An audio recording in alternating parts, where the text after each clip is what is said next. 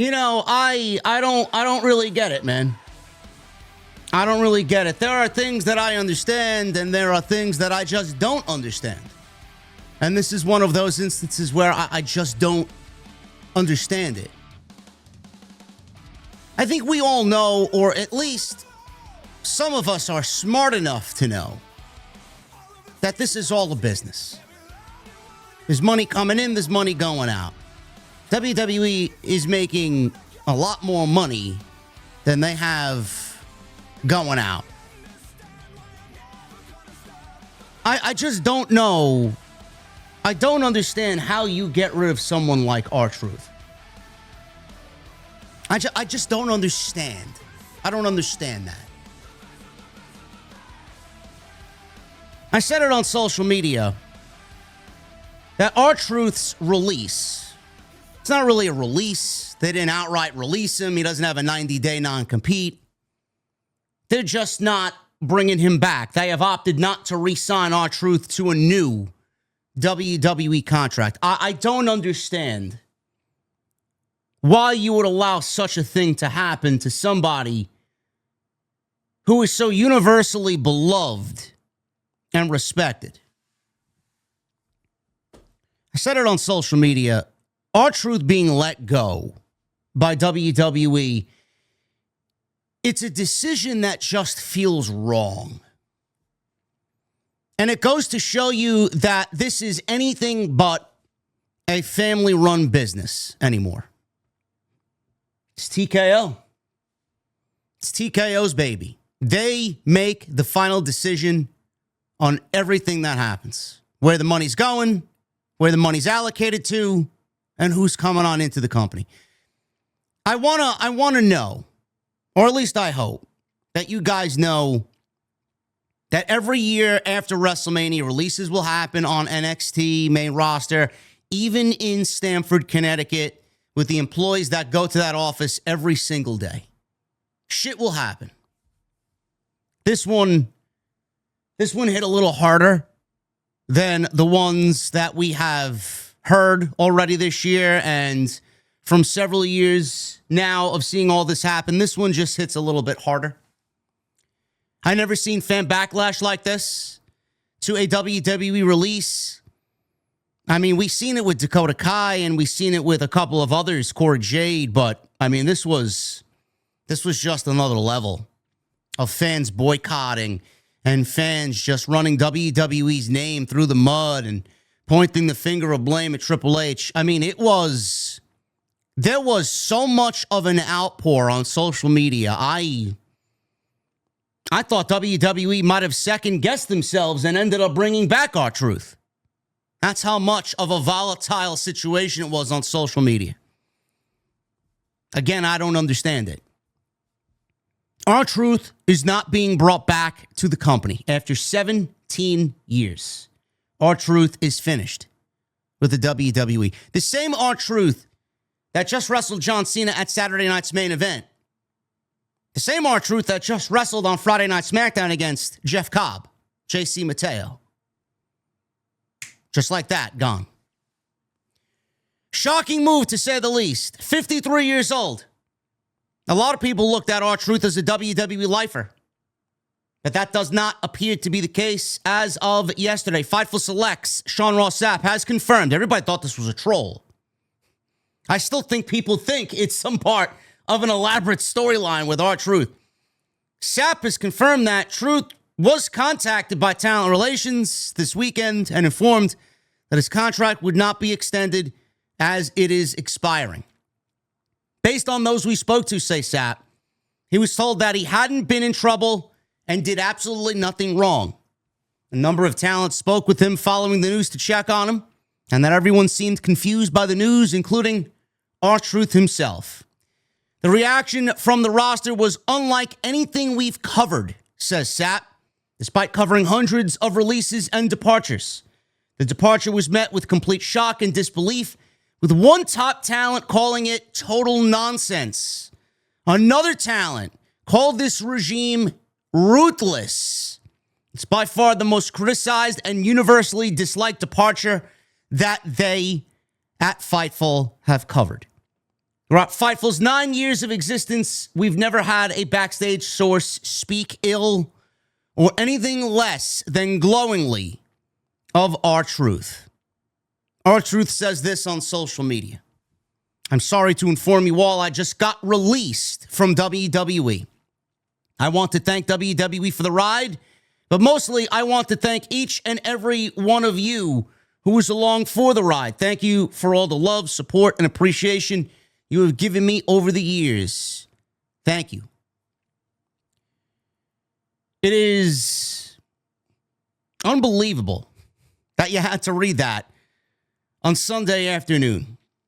PW Insider followed up on Sean Ross Sapp's report from Fightful. The initial reaction to R-Truth's announcement within WWE, particularly among fellow talent, was reportedly one of skepticism. Many initially believed his social media accounts were hacked, or that the announcement was an elaborate joke fitting R-Truth's well-known comedic persona. Some even jested it was an April Fool's joke 3 months later. However, as word spread that his exit was legitimate, the disbelief turns into genuine shock. R-Truth was described as extremely popular across the board in the locker room, and the sentiment among many, as per the report, was along the lines of how could the company cut him? This feeling stemmed from the high regard in which Truth is held and his unique ability to contribute positively to any segment. One talent noted that R-Truth is the type of personality who adds levity and can be seamlessly integrated into any scenario, be it a match, a vignette, a musical segment, or a promotional appearance, and that his contributions were always going to work. In the wake of the news, some within the company reportedly wondered if R-Truth had been offered, or why he wasn't offered, an ambassador role similar to the one Titus O'Neil fulfills. And this is a common thread that you're seeing now on social media. And a lot of people are asking why. Why not R-Truth in a role like that? Given how beloved his character's been by the fan for ages and for many years across multiple demographics. No matter if you're young or old, you love the R-Truth. The unexpected nature of such a popular and versatile talent being let go has reportedly unsettled some performers. One talent commented that R-Truth's departure made them feel as if nothing is guaranteed in the current WWE landscape. Echoing this sentiment, another talent reportedly noted that this situation made them want to ensure their own next contract with WWE was negotiated and secured well in advance. Dave Meltzer spoke on R-Truth on the Observer Radio, explaining the reasoning why WWE got rid of not only R-Truth, but Carlito, and warned that there are other main roster stars on the periphery who could also be in danger. Meltzer says, and I quote, "When you make additions to a roster, you have to have subtractions. I was surprised with Carlito in the sense that he's in the Judgment Day and they have a regular TV time slot. R-Truth, not so much. He's been around for a long time, and I think a lot of people were surprised when you really look at it between the age and the fact he's just in there for a quick cameo. He's not in weekly storylines or anything like that. I think that anyone who's on that borderline right now, with the amount of people being brought up, you've got to consider them. They're going to have a certain number of people on the roster, and every time you hear someone coming in, whether it's from AEW or NXT, and somebody on the bottom level, if you're not going to be used in a program and you're not a major superstar, you are in danger." Meltzer continued, confirming the choice to let Carlito and R-Truth go came down to Triple H. Of course it comes down to Triple H. Triple H is given a budget from Ari Emanuel and Mark Shapiro and everybody else at Endeavor, and he needs to meet those numbers. And with the news of Stephanie Vaquer and Jordan Grace and Ricky Starks and possibly Ethan Page making the jump to the main roster, like Meltzer says, when you add, you have to subtract. And with R-Truth making anywhere in the ballpark, from what I read, $300,000 to $350,000 guaranteed as a main roster talent, and then you factor in his age at 55 years old, and you see the common themes that WWE has done over the last 3 to 4 months with all the other releases, and we talked about ageism and the amount of money people were making. When you start adding more to the main roster, you're going to have to obviously subtract. Meltzer says they're looking at the numbers. They're looking at how many do we have to cut or how much money do we have to cut. And those were the picks on Sunday. Those were the Levesque picks. And that's what it is. As news of R-Truth release spread, numerous WWE talents, staff members, and alumni have taken to social media to express their shock, sadness, and appreciation for R-Truth. There were a lot, actually, talents in the post that R-Truth posted on X. In that same thread, we heard from Rhea Ripley. She said, in all seriousness, this is literally so heartbreaking. Thank you, Truth. Road Dogg, Brian James, says, I'm heartbroken. It's the nature of the beast, the part of the business that no one likes but the bean counters. I love Ron, the Truth Killings, and I don't care who knows it. What a run. Ricochet even chimed in. You're an amazing talent and an even better person. Go enjoy your life, Unk. Natalia said on social media, you are a class act, Ron Killings. You were amazing to me since day one when I met you doing my first independent wrestling show in the United States. And last week, I loved seeing how excited you were for the championship match against John Cena. You remind everyone around the world to never lose that childlike wonder. I'm so proud to call you a friend for life. Donovan Dijak, you're the best. Hope we can run it back, bro. Matt Cardona, I can't even count how many times Truth has been counted out just to come back and entertain us even more. The former Mojo Rawley, this is truly the end of an era. Working with Ron Killings was always a real treat. One of the most entertaining to ever do it. The skit we did with Mike Rallis at the original Funko headquarters was one of the most fun moments of my career. Chelsea Green, Ron Killings walked so I could run. Funniest man in wrestling. I can't wait to see what you do next. Alexa Bliss simply says, thank you. And Big E, no one made me laugh backstage more than Ron. I've known this man for 13 years. He treated me like a brother from the very first day. Never saw him in a bad mood. A man who spread kindness and joy every chance he could, says Big E on social media.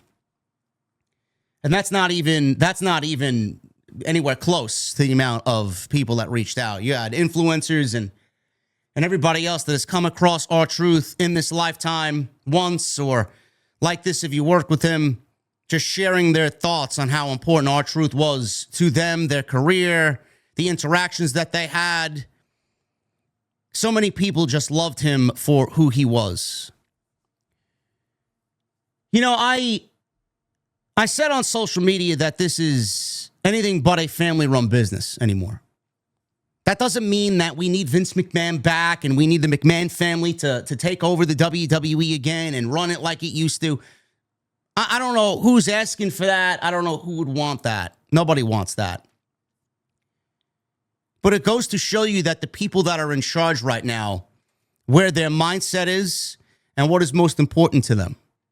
What is most important to them is the green that is being lined against their fucking very, very expensive suit pockets. That's all that matters. The heart, the soul, the friendship, the bondness of that locker room, how important someone like Ron Killings is, like R-Truth is, to a locker room to lead the youth and the young talent that come on up from Evolve, from the Performance Center, from NXT. Someone who is going to create an environment in a locker room that sets itself apart from any other locker room that they may have ever been in or will ever be in. Everything that is important to a locker room, everything that is important to a company, something that R-Truth provides is no longer important. And the one thing that stood out in the report that I read is that someone who is there right now, a top talent, said that this regime is ruthless. Triple H is a part of that regime.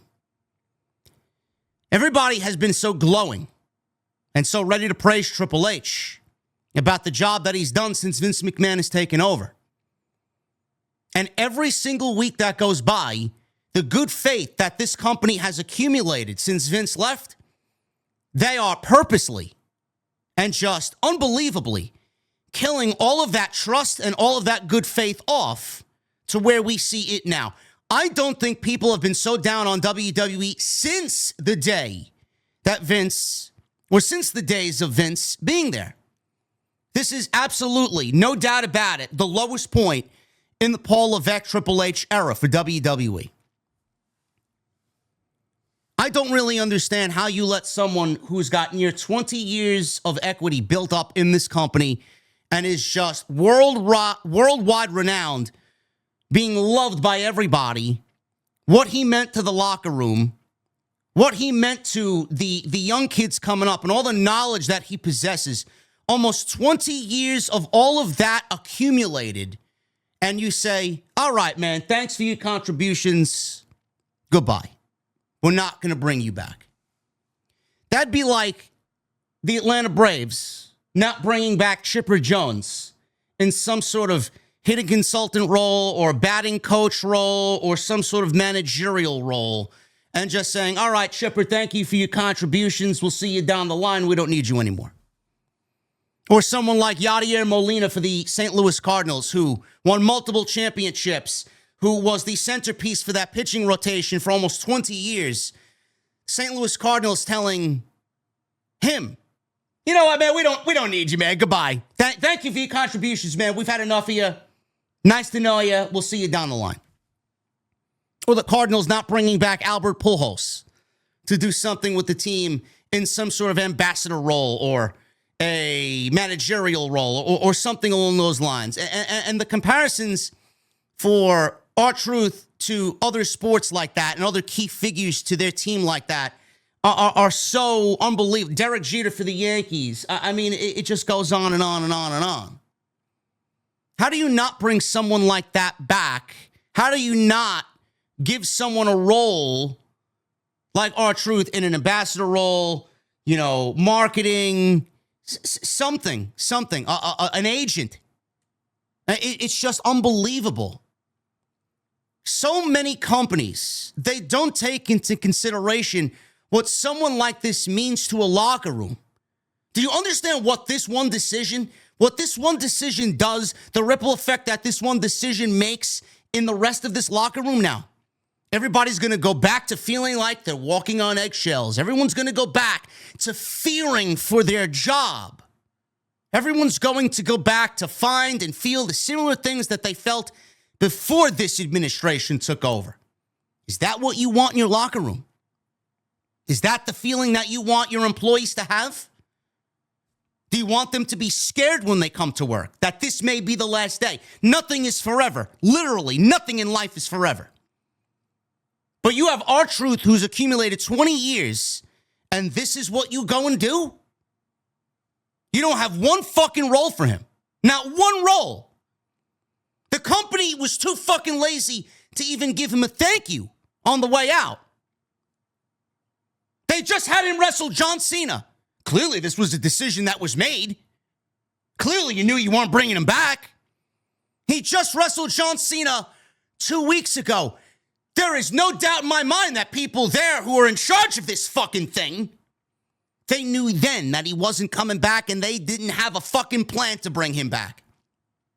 So instead of giving us what you gave us on TV, and you made it feel just like another walk in the park for John Cena, another match just to throw out there with absolutely no fucking meaning. It didn't mean a fucking thing. But I guarantee you they all knew that he was not being brought back. He had all these shows and all these weeks of television to lead to this one match, a Saturday Night's Main Event. You couldn't dig down deep and find some creativity and give R-Truth a thank you. Don't you think it would have handed the entire storyline and the entire John Cena heel run a nice boost of momentum if you made the match a career match? If R-Truth can't beat John Cena, then I'll retire. I'll leave WWE. This is how important he is. This is how important it is to me to get John Cena back to the John Cena that the fans know and love. Couldn't make that happen. You knew he wasn't being brought back. Not only would it have given R-Truth a fucking thank you on the way out from the fans, it would have set the stage for John Cena to be an even more ruthless heel and ruin professional wrestling. It would have just added a lot to the story and the narrative that's going on right now with John Cena's heel run. Imagine John Cena retiring and kicking R-Truth out of the WWE. Goodbye. He put his career on the line. I don't care one bit.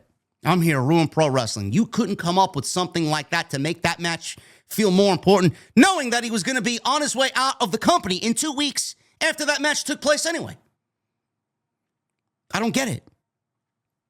I don't really understand how something like this, a decision like this is made. You know, I'm not in that locker room. None of us are in that locker room. I've been in locker rooms. I've been in team environments. I've been in companies that collectively work better together. I worked in companies that had jokesters like R-Truth, and when they no longer were with the company, there was this gaping hole. There was this piece that was missing. Someone like R-Truth can be looked at, especially in the locker room sense. I'm not sitting here telling you that WWE is not going to operate on a week-to-week TV basis without R-Truth. But that locker room, the things that we have not seen, the things that we as a fan base are not privy to, you don't think the feeling is heartbreak? It's almost as if the heart and soul of that locker room is now gone. How can one operate? I don't really understand how this administration doesn't take those things to be of the utmost importance. R-Truth may have been a comedic act for us. He was much more than a comedic act for that locker room. He was a universally well-respected veteran in that locker room, someone the younger talent could look up to and fans genuinely loved. It's like cutting a body part off and expecting the rest of your fucking body to function the same way with that missing body part. It's not going to work that way. WWE, in this administration, they blinded us to think that things were going to change for the better, and they are not. Releases have happened. Yes, granted it happens every year, but not someone on the veteran status of R-Truth, even at his age at 55 years old. AJ Styles is nearing 49 years old. John Cena is nearing 50, and he's the WWE champion. You mean to tell me that you couldn't find a fucking role for R-Truth in the company at 55 years old? Titus O'Neil is an ambassador and has been someone in that role for many, many, many, many years. I don't remember the last time Titus O'Neil wrestled a match. And if you did, it was nothing special. You couldn't find a role similar to Titus O'Neil for R-Truth?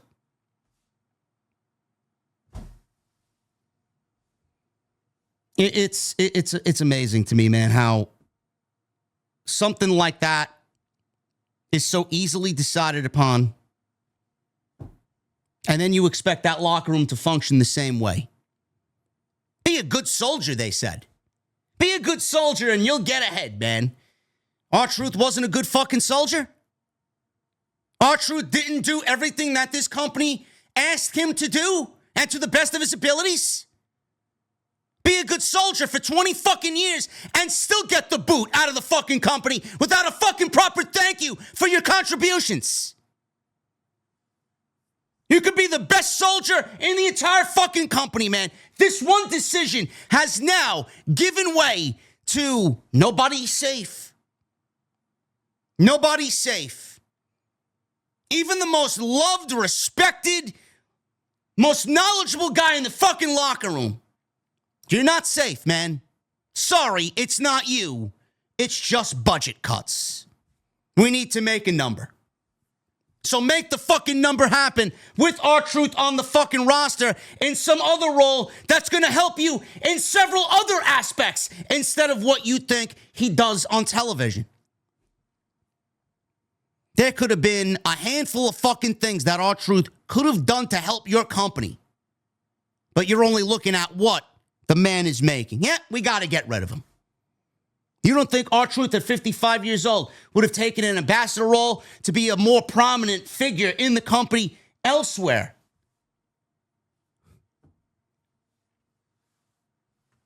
Unbelievable, man. Unbelievable.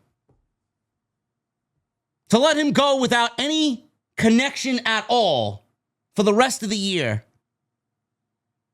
It's like TKO, Endeavor, Ari, and Mark Shapiro, and all these fucking suits and ties. It's like they're erasing a piece of the team's soul, and they couldn't give a single shit at all. On to the next.